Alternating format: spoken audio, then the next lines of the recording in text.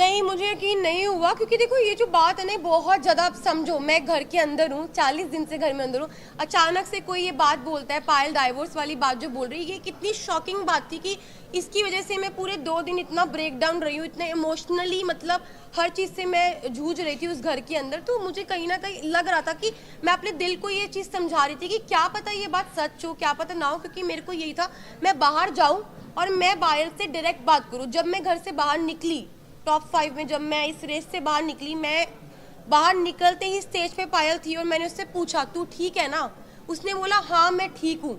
बाकी बात की, अभी तक मैंने फोन्स अपने नहीं देखे, कुछ नहीं देखा। मेरा सवाल आपसे है कि जैसे कि Payal please one by one please. Payal कह रही कि डिवोर्स में लेने जा रही है, इसका मतलब पायल ने बिना डिवोर्स लेके आप दोनों ने शादी की, तो इसका मतलब आपकी शादी तो नल एंड वॉइड हो गई है according to the Indian law कि अरमान और जो आपकी शादी है वो असली रियल में शादी है ही नहीं कानूनी हिसाब से। उस पर आप क्या कहना चाहेंगे? देखो मैं सबको यही बात बोल रही हूँ, हम लोग पॉलीगैमी को सपोर्ट नहीं कर रहे, जो 2 शादियां इसको बिल्कुल भी सपोर्ट नहीं कर रहे। और जो मेरी अरमान जी की शादी है, जब पायल ने रेडी हुई, पायल की मर्जी थी तभी शादी हुई, और Payal as a first wife, legal wife, अगर वो ऑब्जेक्शन उठाती है तो उस चीज़ के लिए मतलब कि हमारी जो लॉ है वो हमें बोल सकती है। और मैं यही बात बोलूँगी कि जो हो गया प्लीज़ वो हो गया, बार बार एक ही। एक और सवाल है जी, कि अरमान के ऊपर काफी गंभीर एलिगेशन है, 11 ईयर ओल्ड गर्ल का रेप का अक्यूज है, उस पर आप क्या कहना चाहिए?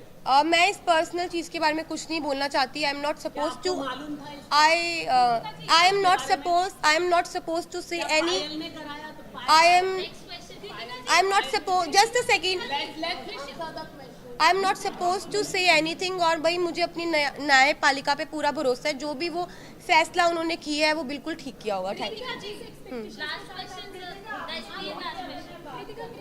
एक्सपेक्टेशंस और उम्मीदों के साथ आप बिग बॉस हाउस में तीनों आए थे, बट अब सिचुएशन बहुत ज़्यादा अलग हो चुकी है। आप तीनों के रिलेशन के बारे में भी सवाल उठ रहे हैं और पायल के स्टेटमेंट की वजह से बहुत सारा क्लॉस हो गया है।